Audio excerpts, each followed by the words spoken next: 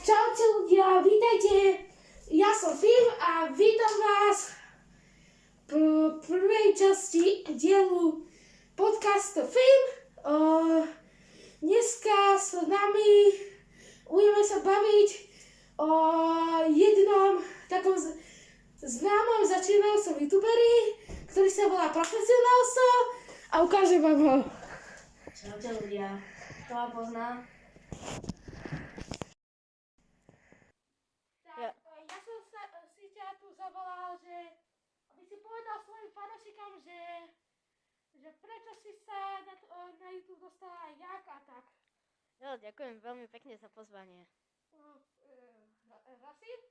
A prvá otázka, čo sa motivovalo k tomu, že budeš natáčať pre svojich fanúšikov videá?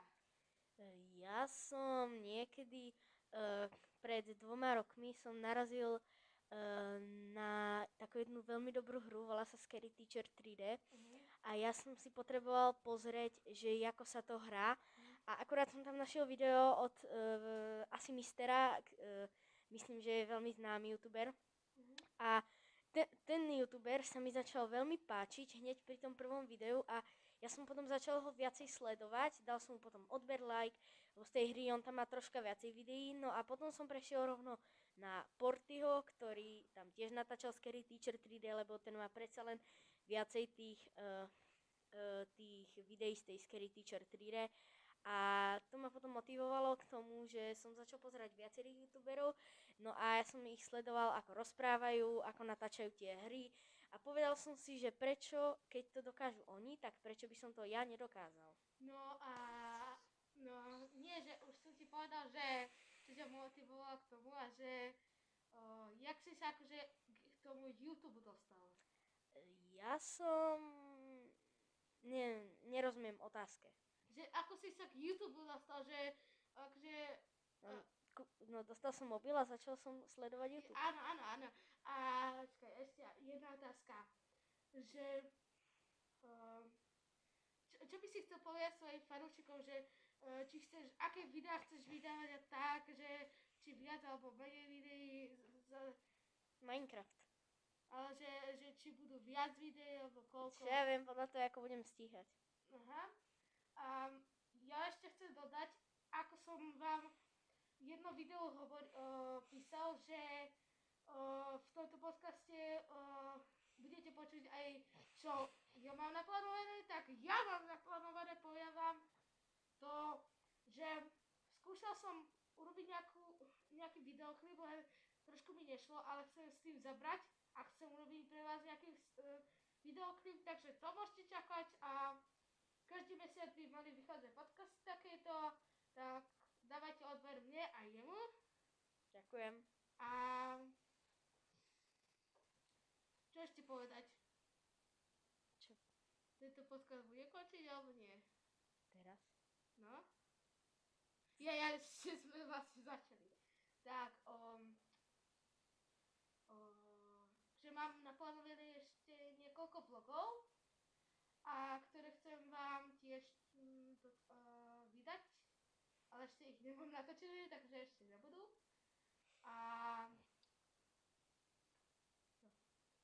No, ja nič hovor. Môžem sa ťa na niečo spýtať, ako tento podcast máš pripravený, keď tu pol hodinu rozmýšľať nad jednou otázkou? Ja neviem, ja som teraz bol preč, takže ja som nemal čas na to. Pripravovať podcast? Vážne. Dobre, ten ďalší určite bude lepší. To je s ďalším hostom, na ktorom sa tiež máte tešiť. Tak čo, ukončíme tu podcast? Teraz sme začali. Nezačali, už 10 minút.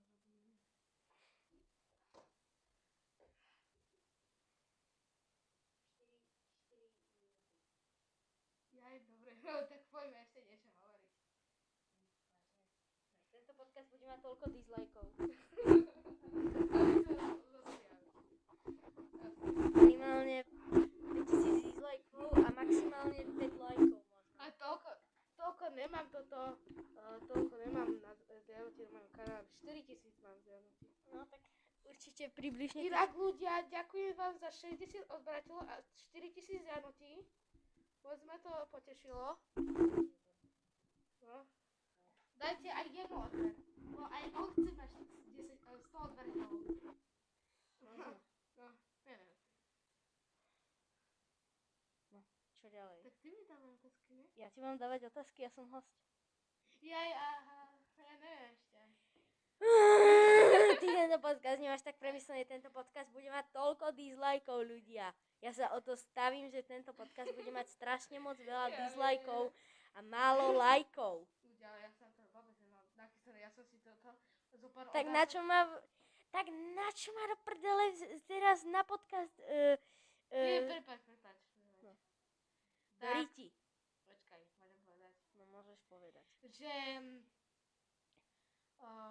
chceš nejaké aj natáčať vlogy alebo také? Snažím sa. A budú nejaké vychádzať teraz nejaké video vyjde a tak? No točil som včera jedno video s kamošom, ale ešte není zostrihané, lebo je tam toho naozaj celkom dosť. Aha. A chcel by si tiež akože točiť nejaký videoklip alebo niečo také? Klip? Ne, ja natáčam ja som skorej taký kanál, že hrám Minecraft. No, Minecraftový kanál a občas ešte a niečo aj z reálneho života, ja neviem, na drone stanty alebo podobne. Na drone ste síce ľudia, pokiaľ ma sledujete niekto, ste ešte určite nevideli tieto Zábery. z drona ste určite ešte nevideli. A ty si nevideli. točil alebo nie? Ja som už sa snažil točiť, ale problém je, že drony strašne krátko vydržia a točím to po kúskach a tak sa snažím. To akože nepotrebuješ nejaký preukaz alebo niečo také, že zaplatíš? Nepotrebujem, pokiaľ lietam do povolenej výšky. Čo? Približne 120 Takže metrov. ty nemáš na dron žiadne preukaz? Samozrejme, že nie. Nie? Nie. Nepotrebujem. Akože to vlastne kde točíš? Ja to točím, poviem pravdu, väčšinou to točím tak, že do určitej baterky tam mi na mobile sa ukazuje, že koľko má ten dron percent. A keď má 30% alebo 40 väčšinou už, tak už to otočím domov, lebo ja som niekedy 5-6 km od domova a trebárs nedávno som aj, A to ti normálne nezostrelili policajti? Samozrejme, že mi to nezostrelili policajti. Wow. Nikdy sa mi nič také nestalo. Asi 5-6 km od domova som prehnal, ale také 2 km väčšinou sa snažím. A aby som prišiel domov, potrebujem ešte nejakých tých 40%, takže potom to rýchlo obrátim domov a takto to väčšinou prebieha. Aha. Len problém je v tom, že ja skorej vlastne točím veľmi krátko. Ten dron nevydrží vôbec dlho, pretože ako zaračkoval som. Dobre, pretože že proste jednoducho tá baterka je taká, no. Aha. A akože to budú nejaké vlogy alebo niečo také? To budú stanty z reálneho života. Aha. Ale rozmýšľam, že či to vydám úplne. Úprimne neviem. Aha. A čo je na tom nejakom videu zle, alebo čo? Vieš čo, mne sa to nechce točiť už. Striať. No, strih je už podľa mňa to najmenej, ale treba, keď sme včera točili to video, tak my sme potom boli takí vyčerpaní. My sme na to mali asi že 2 hodiny na točenie toho videa. Čiže a nastavovanie kamery, my sme to totiž točili po miniscénkach, chápeš, že trebárs natočili sme jednu scénku, ako napríklad som ja tomu schovával niečo do jednej skrinky a potom sme znova museli nastavovať kameru, aby to bolo vidno, že ktorú on si vyberá, alebo trebárs sme to museli spraviť veľmi veľa to, že sme museli trebárs ja som tam ako niečo môjmu kamošovi písal a on musel treba zdržať hubu, pretože on bol ako za kamerou a tvárili sme sa, že odišiel z izby, lenže on v skutočnosti stál za kamerou, vieš. Áno, to robí aj Moon vo videách, že keď jedno mali ukradnúť auto, áno, videl som. Nie. Áno, že on spal, Moon, ale on držal kameru a potom rýchlo Marley si zobral tú kameru a rýchlo si išiel ísť do postela, ako keďže je spinka a cmuloval prst a zobral malý tú kameru, toto kľúče, potom, To som videl, a áno. potom môj rýchlo zobral kameru a šiel do auta s ním a sa tvárili, že toto. No, v aute už mal podľa mňa nejakú kameru nachystanú, ale to... Nie, to držal môj. Vážne? Áno. Ja som videl, lebo ho v rukách stalo to. On Áno? to držal v rukách, áno. No tak ako aj my sme, ale proste on musel totálne držať hubu, pretože ako náhle by niečo povedal, tak by to bolo celé na prd. Áno. Áno, museli by sme to točiť, ako mohli by sme museli by sme celú tú scénku točiť ešte raz. Áno. Ale samozrejme, keď už to on iba vymýšľal úlohu a keď on to išiel schovať, tak kameru sme nastavili tak, aby to bolo vidno, že kam to schová a vtedy už som ja skutočne išiel za dvere. Alebo opačne. Aha. Čiže v podstate dá sa to tak povedať, že tam bola troška taká nepravda, ale nemali sme inú možnosť. No. To je ten problém, že ja som si ešte nekúpil statív. Som v tom videu povedal takú výhovorku, že statív máme v opravovni, ale však to je asi troška blbá výhovorka. Lenže ja som si ešte nekúpil statív, stále na to nejako nemám čas a preto je to takto blbo spravené, že treba tú kameru musím ja držať, nemôžem ju dať na statív a vypadnú do hája, ale musím ju jednoducho držať. Chápem. A inak aj inak keď ste si na mojom kanáli nepozerali moje 4 roky na YouTube, tak môžete aj pozrieť si. A nezabudnite mne Filtolkovi a jemu profesionálcovi dať odber, lebo sa už my pomaličky dvaja blížime k odberateľom a máme tu aj tretieho toho hostia. Studio Will TV. Mhm. Studio Will TV, to je tiež taký youtuber, aj tomu áno, to bude druhý host. Dúfam, že sa mi s ním podarí vybaviť, že či by chcel ísť.